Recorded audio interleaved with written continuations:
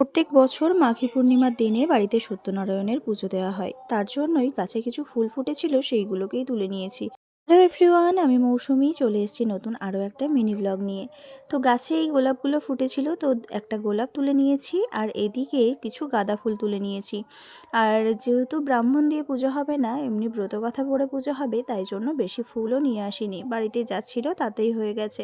তো আমি তোমাদের সাথে ফুলগুলো শেয়ার করছিলাম, তার মধ্যে আমাদের ছোটুও ভাবছে যে ওর বাবাকে হয়তো আমি শেয়ার করছি, ওই জন্য ও এক এক করে ফুলগুলোকে তোমাদের দেখাচ্ছে। চলো এদিকে কি কি জোগাড়জাটি করেছি সেগুলো তোমাদের সাথে শেয়ার করি।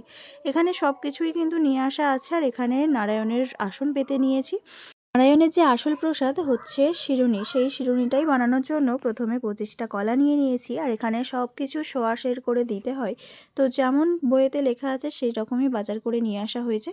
তো কলাগুলোকে আমি প্রথমে ছাড়িয়ে নিলাম, আর কলাগুলো ছাড়ানোর আগে কিন্তু আমি ধুয়ে নিয়েছি। তোমাদের দাদাভাই বাড়িতে থাকলে এর থেকে একটু বেশি বেশি নিয়ে আসে, তো ও যেহেতু বাড়িতে নেই ওই জন্যই যেমন লেখা সেরকমই নিয়ে এসছে বাবা।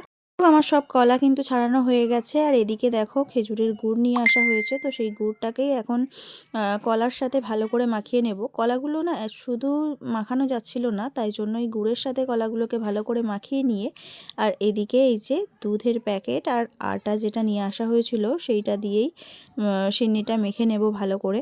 আর তারপর সবশেষে দেব হচ্ছে নারকেল কোড়ানো আর হচ্ছে কাজু বাদাম, আর তার মধ্যে দিতে হয়তো একটু ঘি, মধু আর হচ্ছে কর্পূর। কর্পূর না দিলে প্রসাদ হয় না, আর এখানে একটুখানি দুধ রেখে দিলাম কারণ নৈবেদ্যতে দিতে হবে ওই জন্য। তো চলো আমার সাজানো গোছানো সব কিছুই কমপ্লিট হয়ে গেছে, তোমাদের সাথে একবার দেখিয়ে দিই।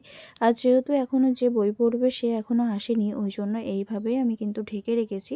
তো চলো প্রসাদগুলো তোমাদের সাথে একটু খুলে খুলে দেখিয়ে দিই। তো এখানে হচ্ছে আসরের সিন্নি, মানে এটা নারায়ণের প্রসাদ, পঞ্চফল আর সিন্নি দেওয়া হয়েছে। ওখানে ওই যে সিন্নি মাখিয়ে রেখেছি প্রসাদ, আর এদিকে আছে ছোলা আর হচ্ছে নৈবেদ্য।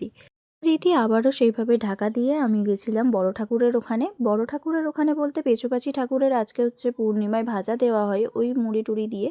তো সেই সবগুলো পুজো কমপ্লিট করে এই ঘরে চলে এসেছি। এখানে যে বই পড়বে সেও চলে এসছে। আর নারায়ণের ব্রত কথা মেয়েদের পড়তে নেই, ওই জন্যই আমি পড়তে পারিনি।